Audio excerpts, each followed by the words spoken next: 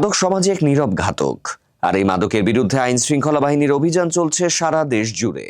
সম্প্রতি রাজশাহীতে এমন এক চাঞ্চল্যকর ঘটনা ঘটেছে যা সবাইকে হতবাক করে দিয়েছে। বাড়ির উঠোনেই বিশাল গাঁজার গাছ, 15 কেজি গাঁজা সহ এক মাদক কারবারিকে হাতে নাতে গ্রেপ্তার করেছে র্যাব। ঘটনাটি ঘটেছে রাজশাহীর পুঠিয়া উপজেলায়। র্যাব 5 রাজশাহীর একটি দল গোপন সংবাদের ভিত্তিতে জানতে পারে যে এক ব্যক্তি তার নিজ বসত বাড়িতেই মাদকের চাষ করছেন। গতকাল শনিবার অর্থাৎ 21শে জুন রাত 11:30টার দিকে পুঠিয়ার জিউপাড়া এলাকায় অভিযান চালায় র্যাব। অভিযানকালে বাড়ির আঙিনায় ঘরবাড়ি ও গাছপালার আড়ালে লুকিয়ে রাখা একটি বিশাল আকৃতির গাঁজার গাছ আবিষ্কৃত হয়।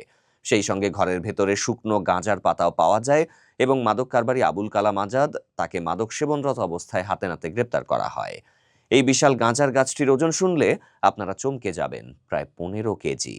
এছাড়াও গাঁজা প্রস্তুত ও সেবনের অন্যান্য উপকরণও তার বাড়ি থেকে উদ্ধার করা হয়েছে। র্যাবের এই অভিযানে মাদকের বিরুদ্ধে তাদের কঠোর অবস্থানেরই প্রমাণ মিলেছে। র্যাব 5 রাজশাহীর উপ অধিনায়ক মেজর আসিফ আল রাজেক এই গ্রেপ্তারের বিষয়টি নিশ্চিত করেছেন।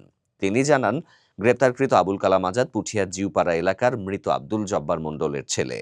মেজর আসিফ আল রাজেক আরও বলেন, গ্রেপ্তারকৃত আসামি দীর্ঘদিন ধরে মাদক সেবন, বিভিন্ন এলাকায় মাদক কারবারি ও মাদক সেবীদের কাছে গাঁজা বিক্রি করে আসছিল। এছাড়াও সে অবৈধভাবে গাঁজার গাছ রোপণ, চাষাবাদ এবং পরিচর্যা করে আসছিল। বাংলাদেশে মাদকদ্রব্য নিয়ন্ত্রণ আইন 2018 অনুযায়ী গাঁজা চাষ, উৎপাদন, পরিবহন, সংরক্ষণ, ক্রয় বিক্রয় এবং সেবন সম্পূর্ণ বেআইনি। এই আইনে মাদকের পরিমাণ অনুযায়ী কঠোর শাস্তির বিধান রয়েছে। 15 কেজি গাঁজা উদ্ধারের ঘটনা অত্যন্ত গুরুতর অপরাধ হিসেবে বিবেচিত হয় এবং এর জন্য আসামির যাবজ্জীবন কারাদণ্ড বা মৃত্যুদণ্ড পর্যন্ত হতে পারে, যা নির্ভর করে মাদকের পরিমাণ ও অপরাধের ধরনের উপর।